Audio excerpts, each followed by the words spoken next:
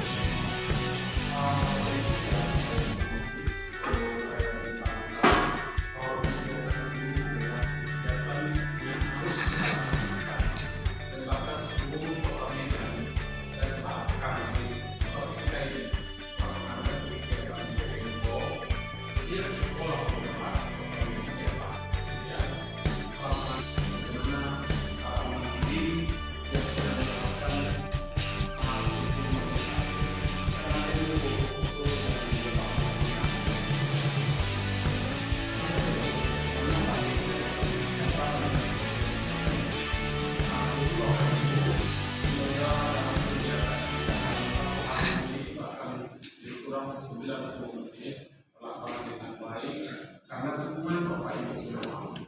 Jadi apapun yang ada atau yang kurang, lagi guru baru di sini, kalau guru lama dan mengerti mereka, guru baru boleh ditanya kepada Pak Manajer. Karena di antara sekolah penggerak di Kota Medan salah satu harapan mandiri yang paling baik. Ya, itu aja. Ya, banyak sekolah yang sudah menerapkan pola atau sekolah penggerak harapan mandiri yang masih nilai tertinggi. Jadi begitu, jangan kita sia-siakan, jangan sampai mundur lagi harapan mandiri, apalagi dari segi nilai IMDK nanti sempat turun malu kita. Apalagi di bagian literasinya turun, numerasinya turun, bagaimana sekolah penggerak. Jadi itu kan, ya, mari saling mendukung. Ya, saya rasa kalau kasih kita lebih sedikit arahan bimbingan pengamatan dari saya sebagai pengawas di SMP Harapan Mandiri. Terima kasih. Oke, baik, terima kasih kepada Bapak Gubernur untuk arahan sedikit secara terbuka untuk acara hari ini. Perlu disampaikan bahwa kurikulum mereka itu akan kita terapkan terus nih, Bapak. Ya, setiap sekolah mulai menerapkan itu, Bapak. Kurikulum mereka.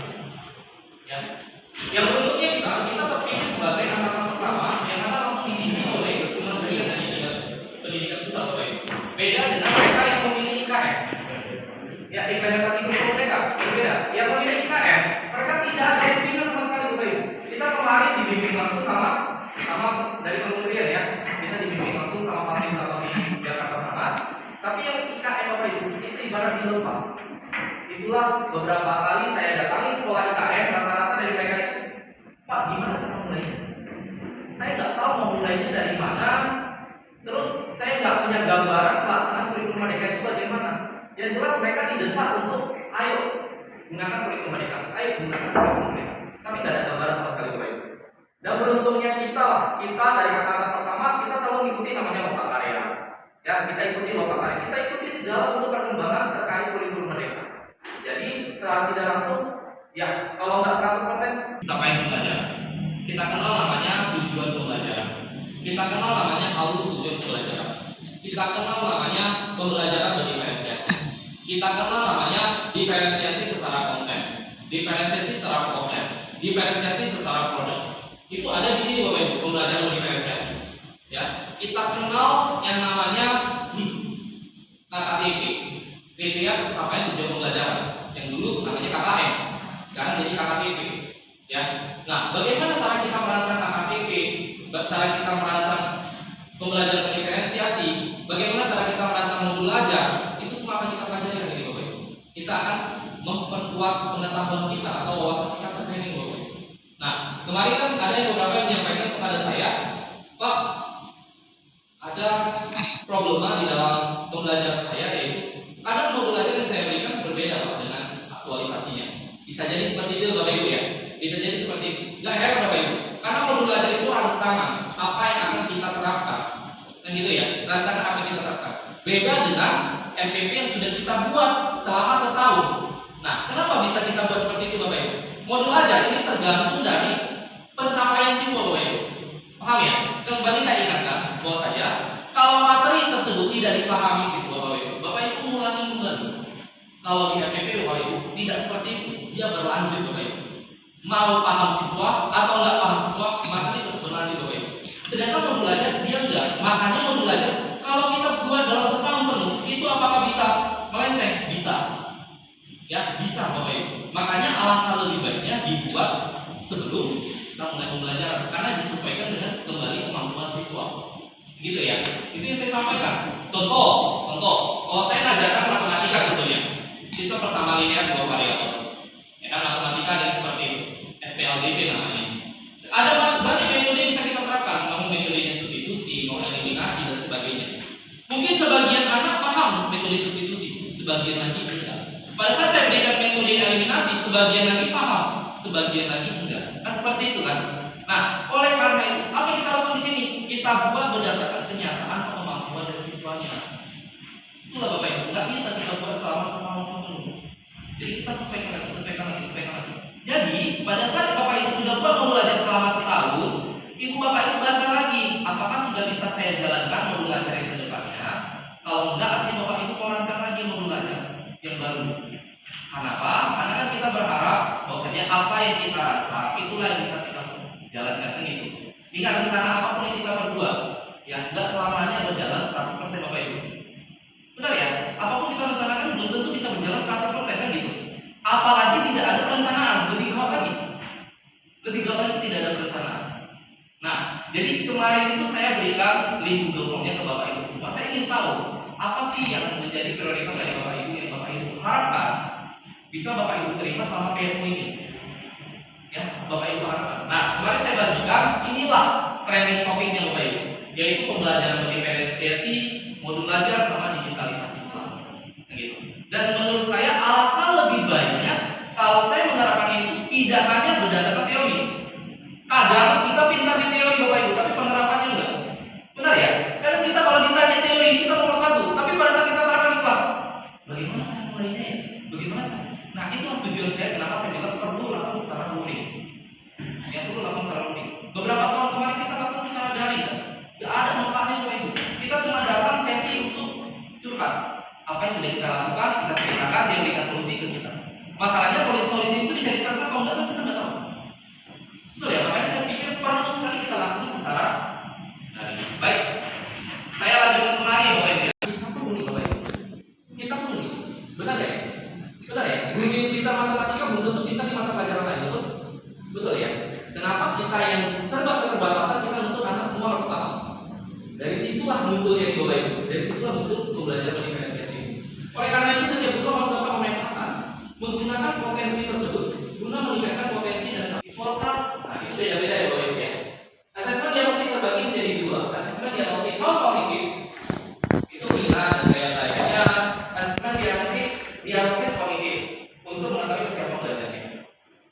selanjutnya hasil asesmen tersebut digunakan oleh guru untuk menerapkan pola dan proses pembelajaran diferensial. Ini maksudnya bagaimana ya? Untuk poin kedua. Poin kedua ini Bapak Ibu, pembelajaran diagnosis itu ada dua. Yang non kognitif kita tahu gaya belajar siswa ini bagaimana. Ada siswa Bapak Ibu, kita hanya kasih gambar saja, itu dia sudah paham. Belum lagi kita jelaskan. Hanya dari kasih gambar aja dia sudah paham Bapak Ibu. Ya, nah itu tipe-tipe siswa yang visual. Dia dengan melihat segala sesuatu apa yang kamu kerjakan diperhatikan, dia bisa Bapak Ibu. Dia mampu untuk mengulang kembali apa yang kamu lakukan. Nah, ada tipe anak yang kalau dikasih itu dia nggak paham Bapak Ibu. Harus apa lagi? Dijelaskan lagi, baru dia paham. Oh seperti ini ternyata. Sekedar visual aja dia nggak mampu. Dia harus ditambahkan dengan audio atau suara. Tipe-tipe seperti itu, tipe siswa yang auditory. Dia nggak hanya mampu bisa membaca saja, tapi harus ada penjelasan dari temannya, penjelasan dari bapak ibu guru, penjelasan dari orang tua ataupun orang sekitarnya yang lebih paham terkait hal itu. Itu tipe-tipe audio. Yang tipe ketiga ini, bapak ibu tipe ketiga, bapak ibu kasih teori, bapak ibu kasih ke visual, bapak ibu kasih ke audio, nggak nangkap itu bapak ibu. Ya, dia nggak nangkap itu. Nah, ciri-ciri kasih ke metode gimana pun nggak tahu dia. Glendik, Sultan, kalau pelajaran matematika saya ya, Glendik, Sultan, Rafael, Steve, sama Buras. Yang berlima itu kan saya bilang, inilah setannya di 9 5 ini. Ya setannya di 9. Ya, tapi enaknya Sultan, kalau dia temannya itu jadi, setidaknya kalau 100% 20% 30% apa? 20% 30%. Kalau Sultan kebalikannya, semakin dikit semakin nggak ngerti. Sultan semakin dikit semakin nggak ngerti. Tapi kalau kamu suruh dia ke depan, kerjakan dengan contoh soal di sebelahnya, dia bisa kerjakan. Contoh di sebelahnya itu 1 tambah 1 kita kerjakan jadi 2. Di sebelah soalnya itu 2 tambah 1, dan dia bisa kerjakan. Dengan catatan ada contoh yang diperhatikan dia. Ya, dia bisa kerjakan. Itulah Sultan. Kalau Glendik sama Steve memang nggak ada bedanya di matematika. Memang nggak ada. Saya nggak tahu di mata pelajaran lain apakah seperti itu. Itu pelajaran saya. Gitu. Nah, jadi di awal Bapak Ibu, di awal yang kita perlu lakukan adalah kita tes dulu mereka siap nggak untuk menerima mata pelajaran saya. Misalnya hari ini saya akan membahas tentang bilangan-bilangan. Bilangan-bilangan bulan itu 1, 2, 3 nggak ada pecahan, nggak ada desimalnya Bapak Ibu. Nggak ada pecahan, nggak ada desimalnya. Tapi pada saat saya memberikan itu ternyata anak-anak angka 1 pun nggak paham, angka 2 pun nggak paham. Bisa saya lanjutkan materi itu? Nggak bisa. Jadi, dan bagaimana saya bisa tahu siswa ini paham nggak atau nggak paham? Kita berikan tes di awal. Kita uji dulu mereka. Kita uji dan kita berikan sejumlah pertanyaan kepada mereka. Kemudian kita analisa. Itulah malasnya kita adalah malas menganalisa. Sudah kita terima aja. Lanjut aja. Benar ya? Kita analisa Bapak Ibu. Apakah kita siap untuk materi berikutnya atau enggak? Ya, kita siap atau enggak? Nah, itulah yang dimaksud di sini. Asesmen diagnostik kognitif. Untuk mengetahui dia siap nggak belajar untuk materi kita. Pernah nggak baca Bapak Ibu di koran di berita siswa SMP masih belum bisa baca? Itu lagi viral sekarang. Siswa SMP masih belum bisa baca, bayangkan. Itu di daerah Jawa sana 25 orang siswa SMP baca pun tak bisa. Kenapa bisa gitu? Salah satunya karena pandemi Bapak Ibu. Antara belajar dan belajar, benar ya? Pandemi, salah satunya pandemi kan? Orang mau belajar, nggak belajar, kita pun tak tahu. Benar nggak? Nah ya, jadi itulah yang menyebabkan masih ada ya teks deskripsi ke mereka. Katakan Bapak Ibu, dia baca aja tuh nggak ngerti, apalagi diberikan teks, gitu ya. Nah, dia akan paham. Nah, kalau gitu apa yang kita lakukan? Kita beritahu dulu, kita suruh dulu. Ya, tapi kalau main ke sana seperti itu, berarti materi jangan dilanjutkan dulu. Tapi kalau hanya minoritas mungkin 1-2 orang yang seperti itu, Bapak Ibu bisa berikan mereka waktu lebih. Ya, nggak apa-apa. Nanti kamu belajar dulu cara membaca ini. Tiap hari kamu lakukan koordinasi dengan orang tua. Tiap hari kamu lakukan baca seperti ini. Yang berharap dia bisa mengikuti perkembangan dari teman-teman yang lain. Nah, kalau mayoritas sudah bisa baca, ya lanjutkan materi Bapak Ibu. Tapi kalau mayoritas belum bisa baca, jangan. Paham ya? Dari mana saya tahu itu? Jadi dari sini, cuma dia harus tadi. Cuma dia harus tadi. Nah, di sini ada Bapak Ibu. Oke. Sampai di sini ada pertanyaan. Ada? Saya bisa lanjutkan materi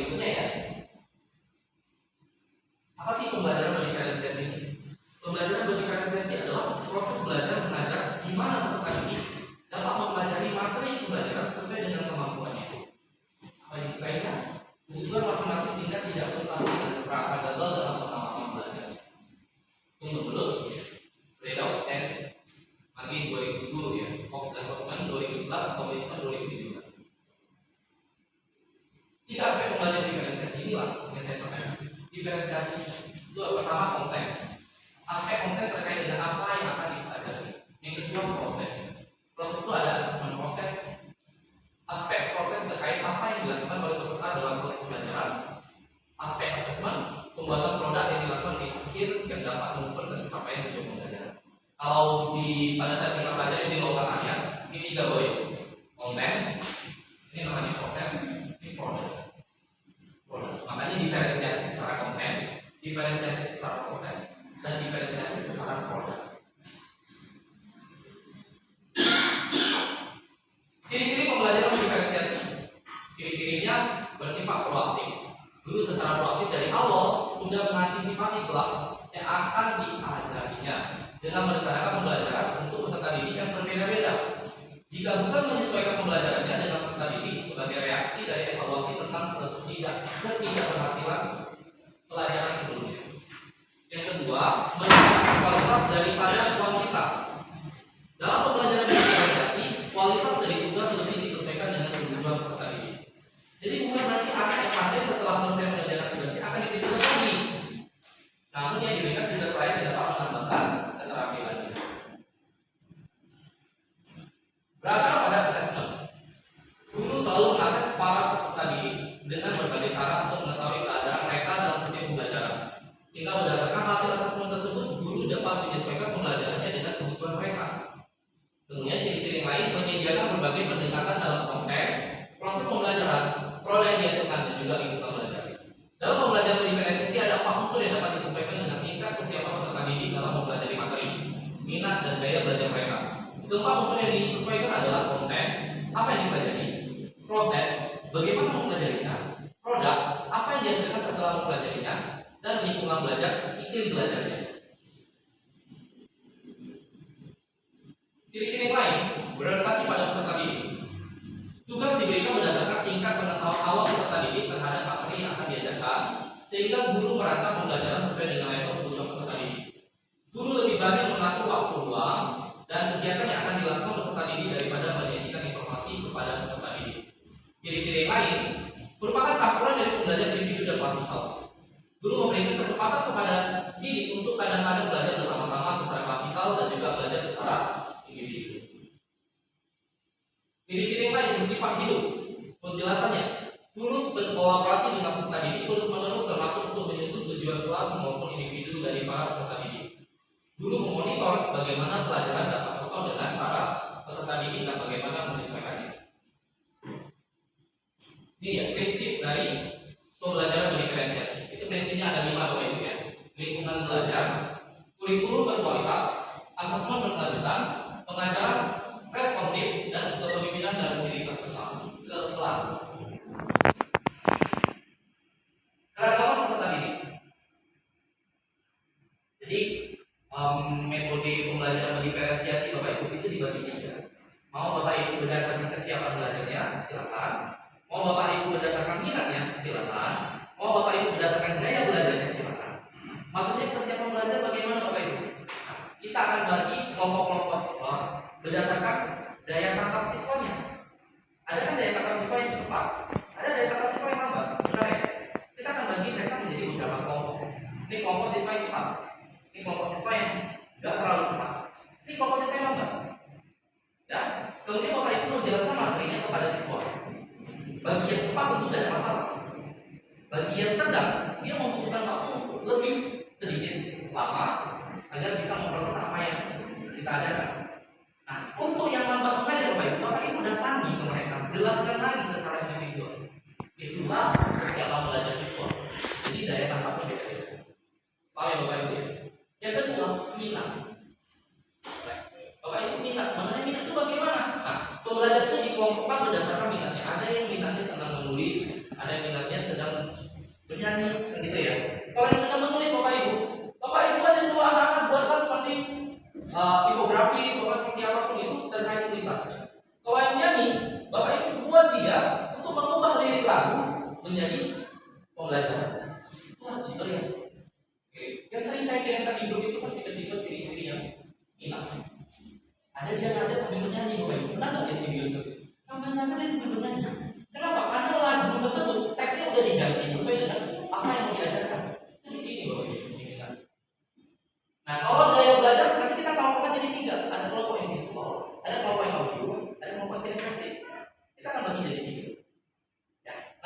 inilah yang akan kita praktekkan. Ini kita praktekkan nanti baik. Yang belajarnya. Ya. Saya ingin jelaskan Bapak tulis Bapak Ibu. Kita harus datangi ke kelompoknya. Kita harus jelaskan satu-satu secara video. Ini.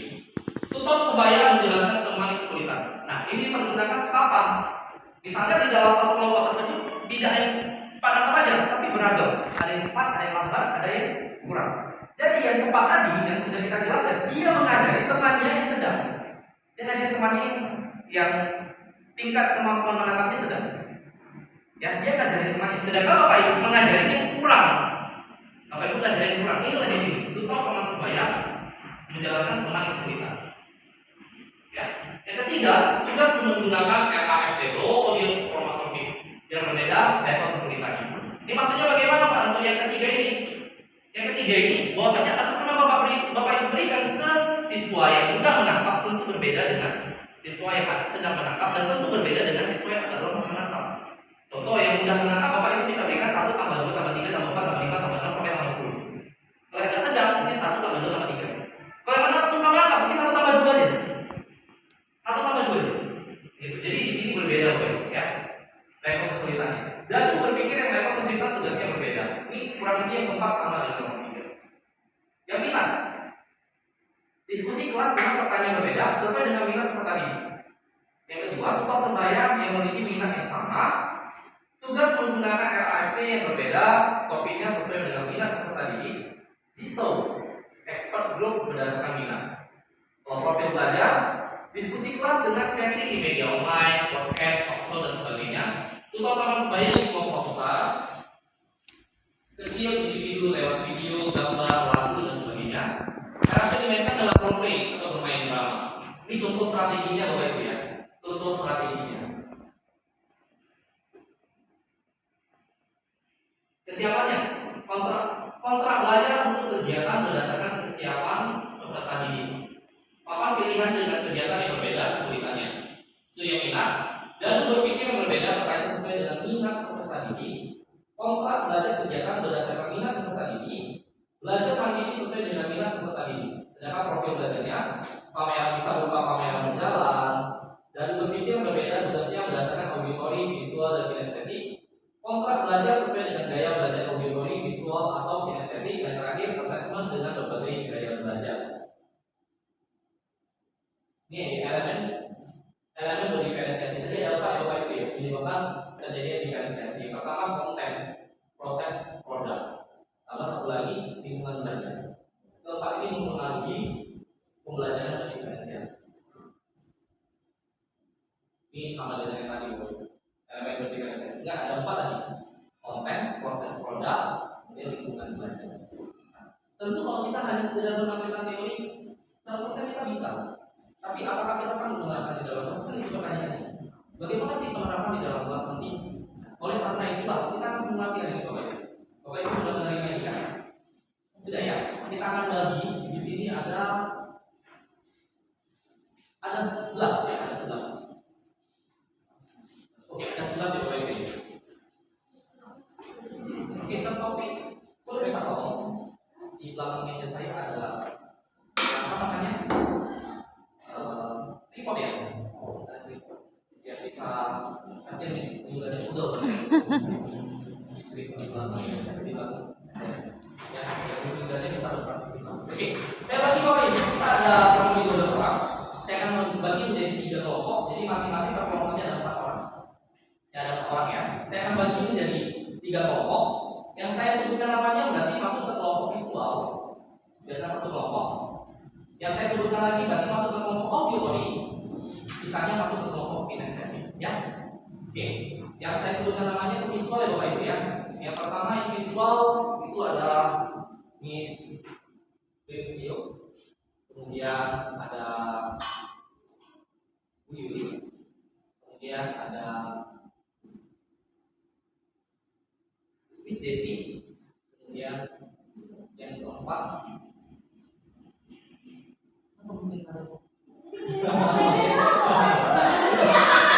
saya takut juga cerita. Yang keempat ya Miss Nabila. Dapat ya? Oke, untuk audio nanti buat kelompok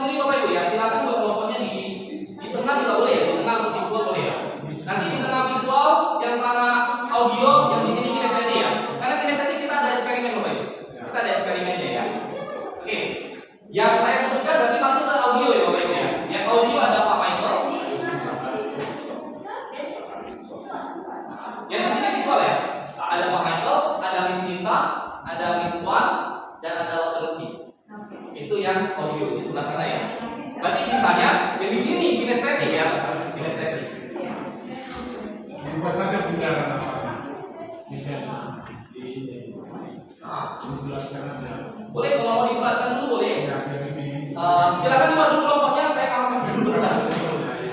Saya break dulu, saya akan dulu bentar ya.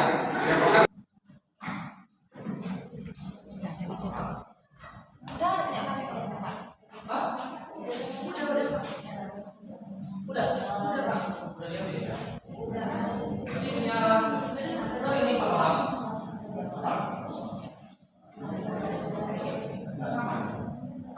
Sama Ustaz juga udah punya. Ustaz udah punya ya. Oke Bapak Ibu ya. Semua sudah punya modul aja udah? Oke. Modul aja. Ah, nggak ada modul.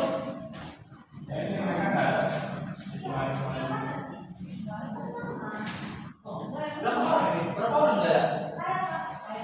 Tiga orang. Tiga orang. Di situ nggak Pak? Tiga orang ya. Dan beruntuknya Bapak Ibu, ini Bapak Ibu lagi nerima. Di sekolah ini nggak diterima seperti ini. Nggak ada simulasi. Sebenarnya saya lebih jujur lebih senang kalau ada simulasi. Ya, jadi lebih langsung nangkap. Karena kita tipe gaya belajar sekarang ini saya bukan. Oke, jadi saya kembali lagi menjelaskan Bapak Ibu ya. Di modul ajar ini ada beberapa ayat yang harus Bapak Ibu pahami. Yang pertama identitas sekolah itu harus ada Bapak Ibu. Ini ya, identitas sekolah. Bapak Ibu bisa lihat di sini ya. Identitas sekolah itu ada instansinya, kelas, fase, alokasi waktu, elemen, tahun pembelajaran. Keempat ini harus ada Bapak Ibu. Oke, di dalam modul ajar keempat ini harus ada di identitas sekolah.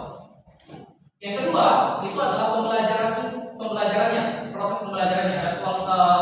Ada tujuan pembelajaran, ada kegiatan awal, kegiatan inti, kegiatan penutup itu juga ada di dalam modul ajar Bapak Ibu. Ya, yang ketiga pengetahuan prasyarat, profil pelajar Pancasila, target peserta, pemahaman bermakna, pertanyaan pemantik, rencana pembelajaran, diagnostik non kognitif, asesmen formatif, asesmen sumatif, refleksi peserta didik, refleksi guru, remedial dan permainan. Saya akan jelaskan satu persatu Bapak Ibu. Untuk pengetahuan prasyarat itu adalah apa yang harus dipahami siswa terlebih dahulu sebelum dia mulai pembelajaran. Ya, apa yang harus dipahami siswa dulu? Berarti kalau pembelajaran kita kan hari ini adalah terkait operasi bilangan bulat. Operasi itu seperti penjumlahan, pengurangan, perkalian. Pembagian itu disebut operasi bilangan bulat. Jadi tentunya siswa harus paham dulu apa itu bilangan bulat. Dia tahu dulu apa itu bilangan bulat. Dia harus tahu dulu yang mana bilangan bulat positif, yang mana bilangan bulat negatif. Dia harus tahu dulu sifat-sifat dari bilangan bulat seperti apa. Kalau bilangan positif ketemu kalau positif tanda positif ketemu tanda negatif, maka akan menjadi negatif. Negatif ketemu negatif akan jadi positif. Positif negatif jadi negatif. Positif jadi positif. Dia harus tahu dulu itu sebelum mulai di sini ya. Oke Bapak Ibu. Itulah pengetahuan prasyarat. Yang kedua, profil pelajar Pancasila. Nah, di sini Bapak Ibu, pada saat di dalam kelas nanti Bapak Ibu bayangkan kira-kira kita mulai dari apa dulu? Tadi kita mulai dari doa dulu. Makanya ada beriman. Setelah itu saya bagikan LJK Bapak Ibu. Dan LJK itu menuntut kita untuk berpikir kritis. Makanya di sini ada berpikir kritis, kenalan kritis. Kemudian dikerjakan secara individual, berarti mandiri. Di sini ada mandiri. Maka saya tebalkan yang mandiri, bernalar kritis dan beriman dalam takwa. Paham ya sampai di sini ya? Ada yang bertanya sampai di sini? Tidak ada. Oke. Berikutnya di belakangnya itu ada pemahaman bermakna. Ada pemahaman bermakna. Apa itu pemahaman bermakna? Pemahaman bermakna ini adalah apa yang diharapkan siswa dapatkan dari pembelajaran Bapak Ibu. Jangan pada saat ini pembelajaran apapun nggak ada, dia nggak tahu sama sekali. Ya itulah pemahaman bermakna. Apa yang kamu harapkan diperoleh dari siswa setelah mengikuti pembelajaran Bapak Ibu. Di sini pembelajaran pemahaman bermakna Bapak Ibu. Pertanyaan pemantik, di bawahnya pertanyaan pemantik ya. Pertanyaan pemantik itu apa? Pertanyaan yang Bapak Ibu berikan ke siswa untuk memancing daya belajar siswa. Ya, kalau ditanya seperti ini, jika temanmu menjawab 5.000, dalam perspektif temanmu itu dianggap apa sih? Dalam perspektif kamu sendiri dianggap apa sih? Jadi anak-anak tunggu bertanya, apa itu Pak perspektif Pak? Apa itu Pak? Bagaimana cara menilainya? Bagaimana cara membacanya? Oh ternyata di matematika ada juga ya cara membacanya ya.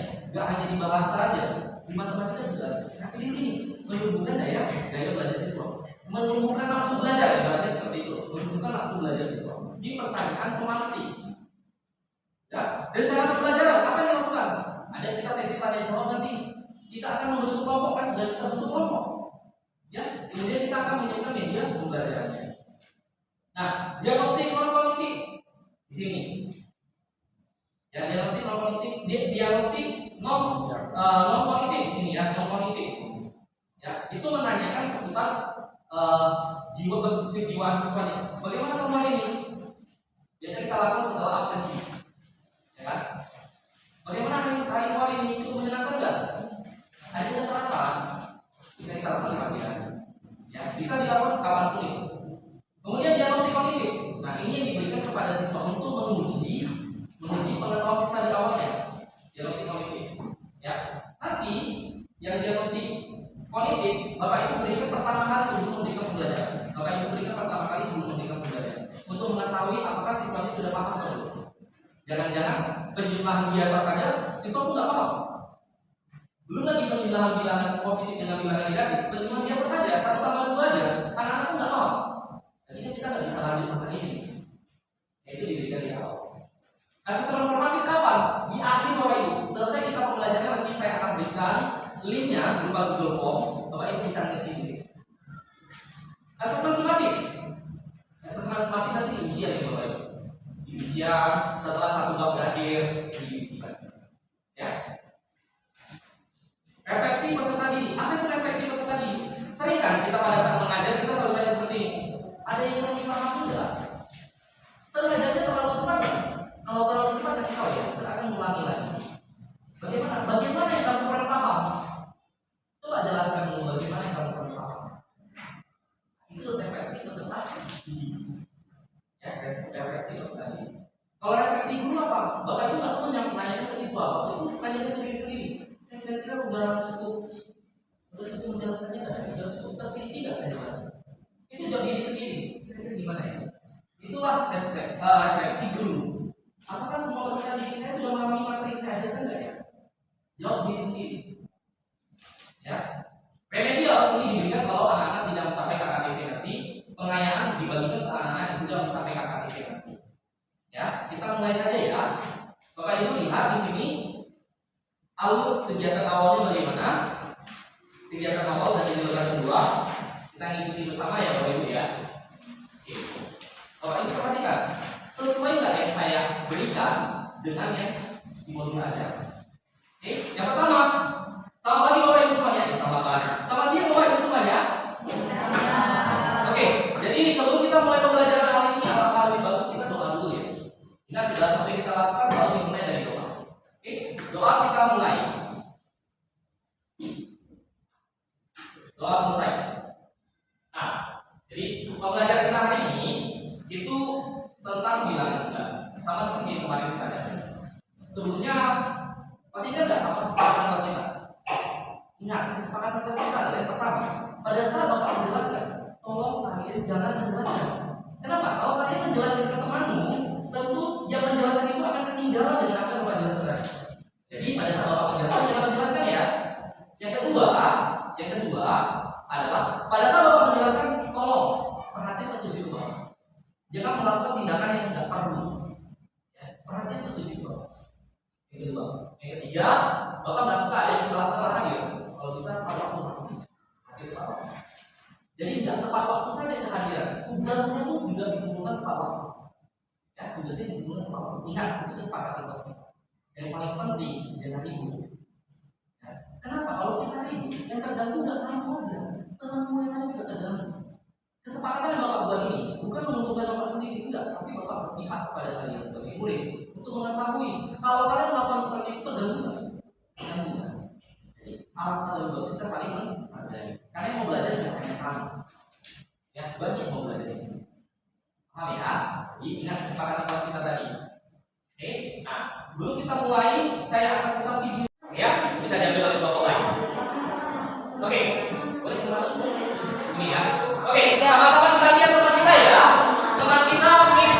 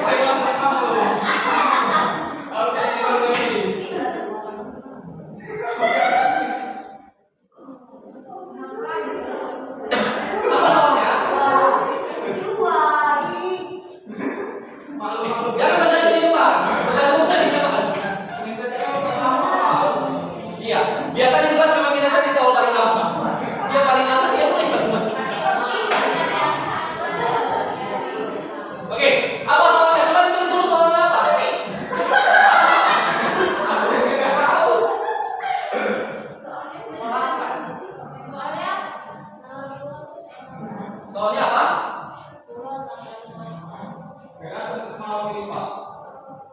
10 ditambah min 8 jawabannya minus 2. Jawabannya 2. Dari 0 ke 10.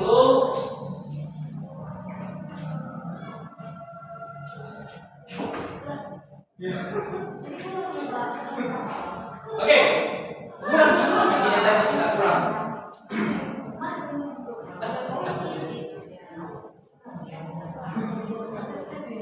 Minus 10 ditambah 8, benar? Minus 10 ditambah 8 jadi 2.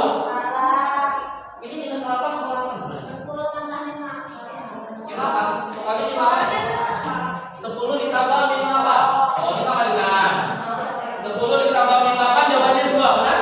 Benar ya, jawabannya 2 ya. Oke. Yang ketiga. Yang ketiga soalnya min 3 ditambah min 3. Apakah jawabannya 6?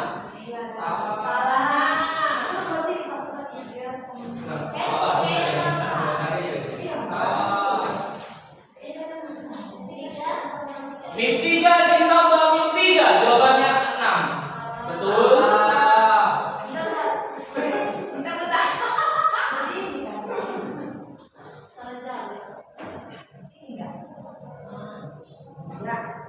Ya.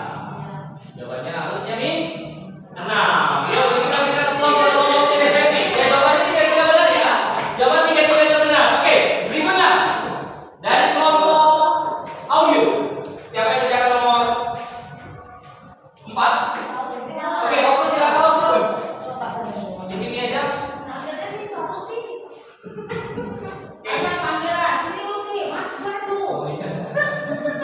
Oke, siap-siap nomor 5. Siapa nomor 5?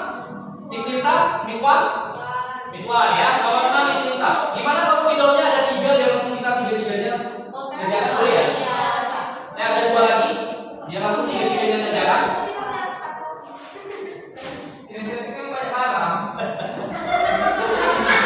Betul itu, memang kita sering banyak barang, betul itu. Barang siapa aja dipilih. Ya, jadi bisa ya. Di sini 1.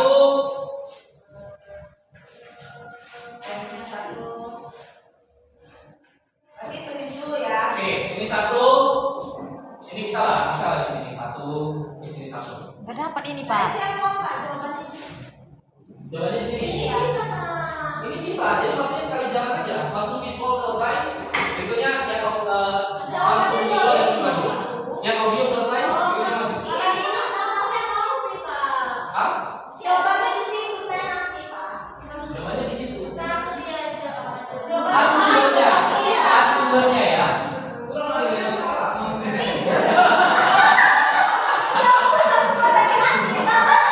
Gak salah juga ini bilang ya. Gak salah juga ini bilang ya.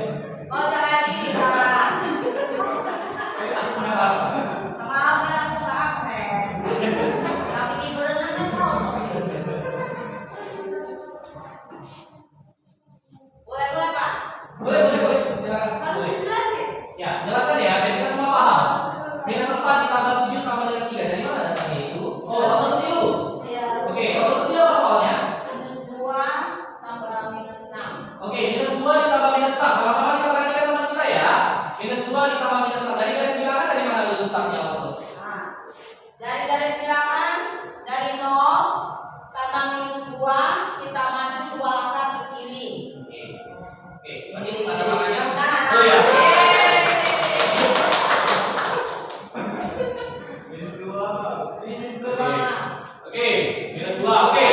Kemudian Baru tandanya ini positif sama negatif dikawinkan jadi negatif ya. oke. Dikawinkan dia jadi negatif Bu. Ya. Jadi ini berarti jadi negatif. Kita menuju ke arah kiri lagi sebanyak 6 langkah. Oke. Dari minus 2 ya. Ya, minus 2. 1, 2, 3, 4, 5, 6. Oke. Sudah dapat, berarti dari sini kita ambil titik-titik lagi, kita tarik lagi dia sampai minus 8. Oke, berarti jawabannya? Di sini 6, berarti jawabannya minus 8. Oke, benarkah minus 2 ditambah minus 6 jawabannya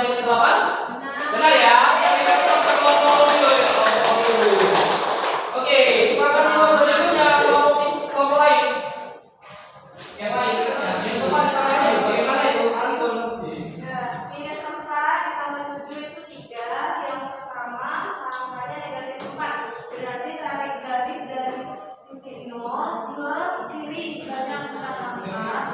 Jadi sampai ke negatif 4.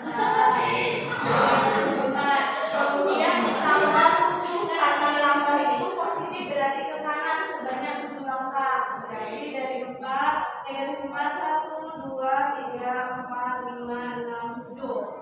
Dari negatif 4 tarik garis sampai 3 di sini positif 7. Nah, untuk menghitung hasil dari titik 0 ke garis hasilnya 3. Hasilnya positif. Berarti hasilnya positif 3. Benar ya? 5 sama 7 3 ya? Nah, ada maksud TA.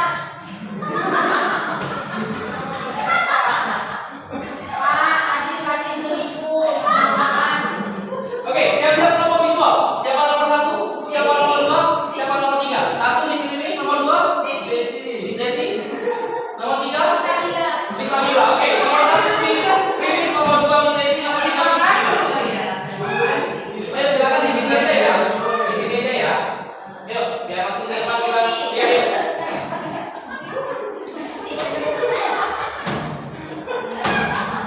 Itu masih ada speed dong. Bisa disilakan yang ini. Tolong bumi jadi ini.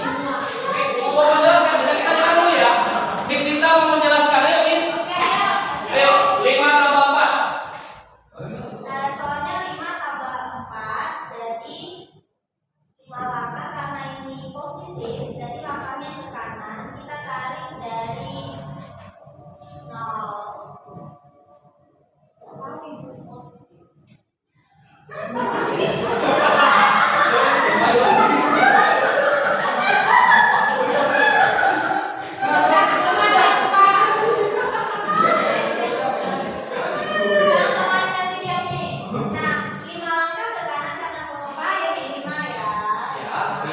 Kemudian ke 5 tambah 4, terus lanjut lagi 4 langkah ke kanan. Dengerin ya. Oh, siswa kok suruh dengerin. Dengerin ya. Oke. Oke. Nah, ini 4 langkah. Kita hitung ya, ini 5, 1, 2, 3. Stopnya minus 10.000. Nah, seperti itu tadi. Oke, jadi lihat aja perspektifnya. Ya, dari perspektifnya. Oke. Nah, kemudian banyak juga digunakan di dalam kehidupan sehari-hari. Contohnya apa? Contohnya mengukur kedalaman laut. Ya, mengukur tinggi gunung itu dari mana? Dari permukaan laut. Dari permukaan laut. Kita ukur ke bawah, ya negatif. Kalau ke atas ya. Paham ya? Ya, nah, jadi ternyata bilangan bulan banyak kan kita gunakan dalam kehidupan sehari-hari. Nah, di sini kita sudah belajar bagaimana bisa. Nah, itulah pentingnya speaking. Biar apa? Biar kita nggak tegang kali belajarnya. Belajar sampai aja. Paham ya? Karena kalau kita tegang kali belajarnya, tentu apa yang kita ajarkan tidak akan bisa masuk lagi. Ya, sampai di sini ada yang bertanya? Ada yang bertanya? Jadi, apa pembelajaran kita hari ini? Ternyata pembelajaran diferensiasi kalau dilihat berdasarkan gaya belajar, kita harus bagi kisah kelompoknya. Ada kelompok visual, ada kelompok audio, ada kelompok kinestetik. Nah, untuk kelompok visual, Bapak Ibu serahkan saja LJK beserta dengan semua soalnya. Mereka akan kembangkan sendiri. Untuk yang audio, Bapak Ibu berikan LJK beserta apa? Beserta videonya. Kasihkan videonya. Jadi mereka sambil nonton, sambil dengarkan, sambil mengerjakan. Untuk kinestetik, libatkan banyak melakukan kegiatan. Karena pastinya mereka kalau nggak diberi kegiatannya akan mengganggu tempat yang lain. Tadi ada kegiatannya mengganggu, apalagi kegiatannya. Kalau aktif visual sama audio itu hampir sama ya, Pak? Gimana? Nah, visual sama audio itu Biasanya itu jalannya hampir berbarengan. Kenapa? Ciri-ciri orang visual biasanya itu butuh juga audio, walaupun nggak sebanyak yang diterimanya. Bisa jalannya berbarengan. Nah, itu visual audio. Kalau kinestetik, dia gratis tuh pengennya coba ngerjain. Kalau yang bahasa, pernah nggak lihat di sosial media ada yang melakukan seperti ini? Saya kemarin nonton ya, ada yang melakukan seperti ini. Kita belajar tentang jenis-jenis rasa, jenis-jenis rasa makanan. Oke, ada yang coba seperti ini. Di belakangnya tulis kertas pedas. Tapi di depan memperhatikan. Jadi orang kedua yang itu dia menjawab, orang keduanya harus menjawab apa sih rasanya. Ngerti nggak? Nah itu contohnya kinestetik. dibuat satu barisan mereka, orang kedua, ketiga, keempat, dan seterusnya. Ini orang pertama menghadap ke sana, orang di belakang ngasih petunjuk apa rasa yang akan diperagakan oleh orang pertama. Nah, bisa seperti itu ciri-ciri yang kinestetik. Jangan disuruh hafalan aja, yang hafalan aja bisa visual sama audio. Nah, visual audio kasih jadi hafal apa gitu. Nah, kalau yang kinestetik kasih seperti itu. Jadi pasti dia hafal. Saya pasti dia hafal. Kalau dia gerakan pedas, pasti dia hafal. Paham ya? Jadi itulah beda kinestetik, visual sama audio. Ya, ternyata di pembelajaran kita harus dikelompokkan ya. Maka saya bilang kelompokan. Ya, kelompokan. Kita kelompokan berdasarkan gaya belajar. Kan kita sudah lakukan tes di awal dan sudah saya berikan infonya ke Bapak Ibu semua. Kelas 7A bagaimana, kelas 7B bagaimana. Ya kan ternyata banyak anak-anak kita yang kinestetik. Tapi banyak di mana pelajaran seperti ini. Kalau enggak, ya kamu mengganggu temannya, bukan yang lain. Ya, dan apa yang kita lakukan harus sama persis dengan yang jadi modul. Oke, harus sama persis dengan yang modul aja. Kalau saya jadi Bapak Ibu, saya akan bertanya, apa pertanyaan saya? Saya akan bertanya seperti ini. Kenapa selalu dimulai dari angka 0? Benar nggak? Kalau saya jadi Bapak Ibu semua, saya jadi siswa, saya akan bertanya, Pak, Bu, kenapa selalu dari angka 0? Kenapa nggak mulai dari 1? Kenapa nggak mulai dari 2? Kenapa nggak mulai dari 3? Kenapa nggak mulai dari 4? Kenapa dari 0? Ini semua dari 0 kan? 0. Dari 0. Kenapa dari 0? Kenapa nggak dari 1? Kenapa nggak dari 2? Kenapa nggak dari 3? Ada yang tahu jawabannya? Ada yang tahu jawabannya kenapa mulai dari 0? Ini dari 0, ini kan dari 0. Ini juga dari 0. Kan ini juga dari 0. Ini juga dari 0. Ini dari 0. Kenapa dari 0? Kenapa nggak dari 1, nggak dari 2, nggak dari 3? Berpikir nggak? Itu pertanyaan praktik kan? Kenapa dari 0? Berpikir, iya ya Pak ya, kenapa dari 0? Kalau saya nggak tahu, saya akan bilang, oke, jadikan tugas ya, belajar di rumah. Padahal saya belajar di rumah apa ya? Oke, jadi tugas ya, ingat ya. Minggu depan kasih tahu ke Bapak kenapa mulai dari 0 ya. Padahal saya juga bingung, apa lagi kenapa dari 0? Ya, ini kembali lagi kemana? Ke perspektif kita Bapak Ibu, ke acuannya. Acuan selalu dimulai dari titik. Acuan selalu dimulai dari titik 0. Contoh dari permukaan laut, makanya permukaan laut itu selalu dihitung dari 0. Ke bawah baru negatif, ke atas positif. Ya, selalu dimulai dari titik 0. Nah, bertanya kan anak-anak juga bingung, ini pakai apa ya? Di rumah dia belajar. Saya cuma lupa. Oke, jadi tugas ya, kalian belajar ya. Kalau di rumah apa ya? Paham ya Bapak Ibu ya? Ini juga. Yang ini juga termasuk pertanyaan praktik. Ya, kalau apapun pertanyaan praktik masukkan di sini Bapak Ibu. Oke, sampai di sini ada yang mau ditanya? Nggak ada. Nah, tadi kan kerjanya berkelompok. Saya nggak tahu kalau individualnya ngerti atau enggak. Saya akan kirimkan 1-2 link. Ya, link itulah eksplorasinya Bapak Ibu. Saya akan kirimkan 1-2 link. Nanti Bapak Ibu kerjakan. Nanti saya akan analisa. Apakah kita lanjut ke materi berikutnya atau enggak? Paham ya Bapak Ibu ya? Kita akan analisa apakah lanjut materi berikutnya atau enggak. Saya akan kirimkan linknya. Jangan dikerjakan ya Bapak Ibu.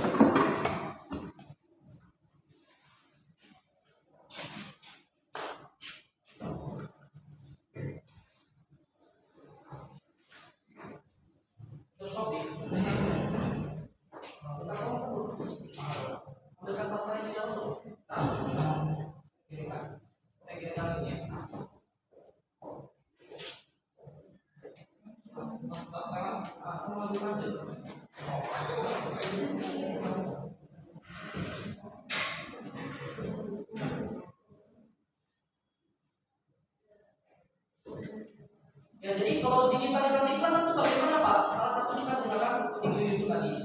Itu salah satu yang menurut saya paling mudah. Bisa gunakan video itu.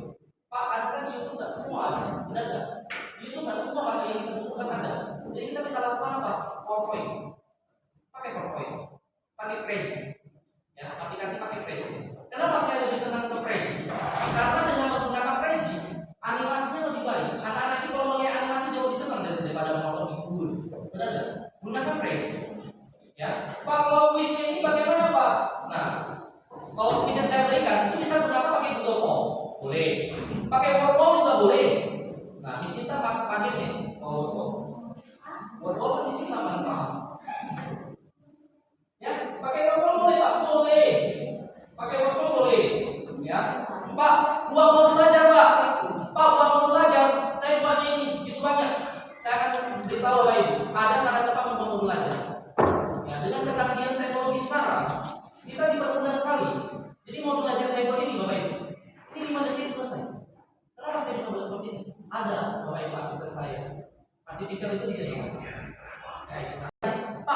Saya nggak kepikiran Pak bakal buat seperti itu.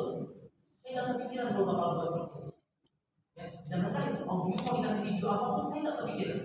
Itulah tugasnya kita di sini Bapak Ibu. Buat apa? Buat namanya komunitas. Kita duduk bersama membahas apa? Membahas siswa kita gosipkan siswa Bapak Ibu. Gimana buat pembelajaran lebih menarik? Gimana cara video ya dengan pihak yang lain? Jadi benar-benar Bapak bisa tahu kamu cukup paham, kamu enggak.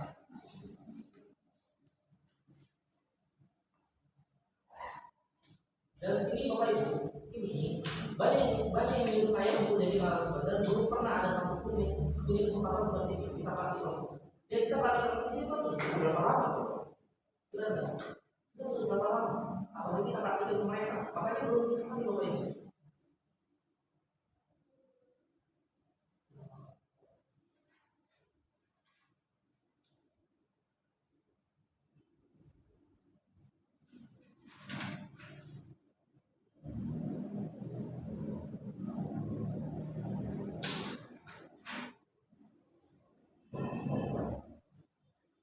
Kemarin ada juga nanya ke saya, Pak KTP itu bagaimana? Masih ingat nggak Bapak Ibu untuk buat KTP? Ini KTP Bapak Ibu. Ini saya kasih tahu KTP itu gimana. Gimana sebenarnya KTP? KTP itu ketuntasan tujuan pembelajaran ya Bapak Ibu ya. Ini saya kasih tujuh untuk membuat KTP.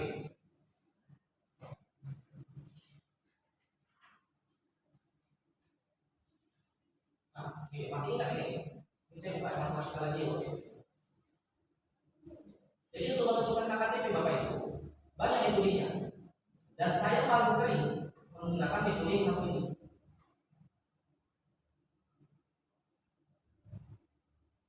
Yaitu Interpol.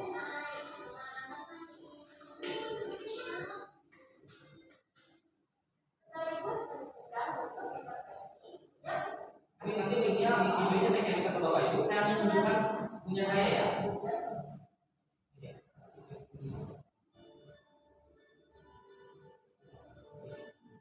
Nah ini, saya pakai ini Bapak Ibu. Ini saya pakai.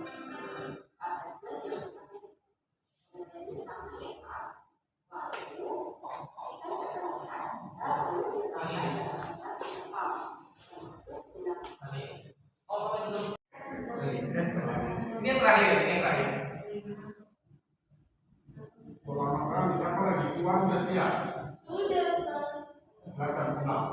Yang udah bisa pulang.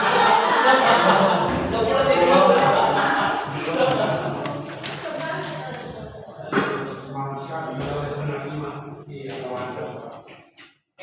Pokoknya udah bagus sekarang kalau lebih berinisiasi ya bisa.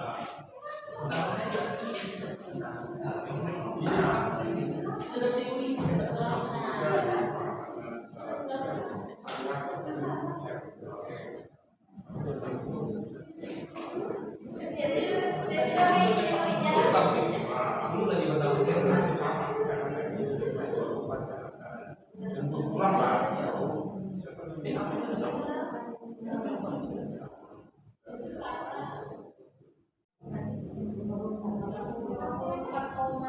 Ada ya? Lebih dari 50 ya? Lebih dari 50 ya Bapak Ibu ya? Lebih dari 50 ya? Oke. Cara kita tahu materi kita lanjut atau enggak kalau sudah 70% sudah memahami semua. Ini masih 50 Bapak Ibu, berarti masih belum boleh lah. Masih belum boleh lah. Artinya bakal mengulangi lagi. Ya, paham ya? Tapi di sini saya tahu, saya akan lebih memberikan waktu saya kepada ketiga orang di sini, 3 orang di sini dan lebih ke 1 orang di sini. Saya akan berikan waktu lebih banyak lagi. Paham ya? Nah, itulah pembelajaran bagi kalian sendiri Bapak Ibu. Jangan lanjut, karena belum semua siswa paham. Tapi ya, belum semua siswa paham. Oke, sampai di sini ada yang bertanya, biar kita tutup. Ada yang cukup paham ya? Nah, ilmunya jangan ada sekedar ilmu, terapkan Bapak Ibu ya. Ini Pak, kita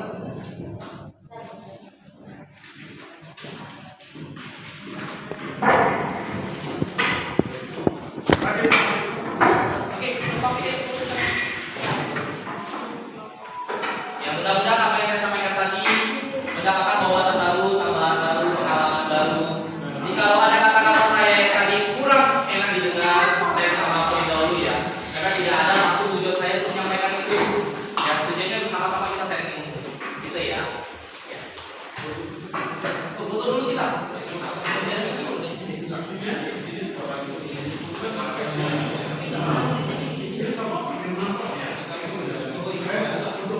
Ayo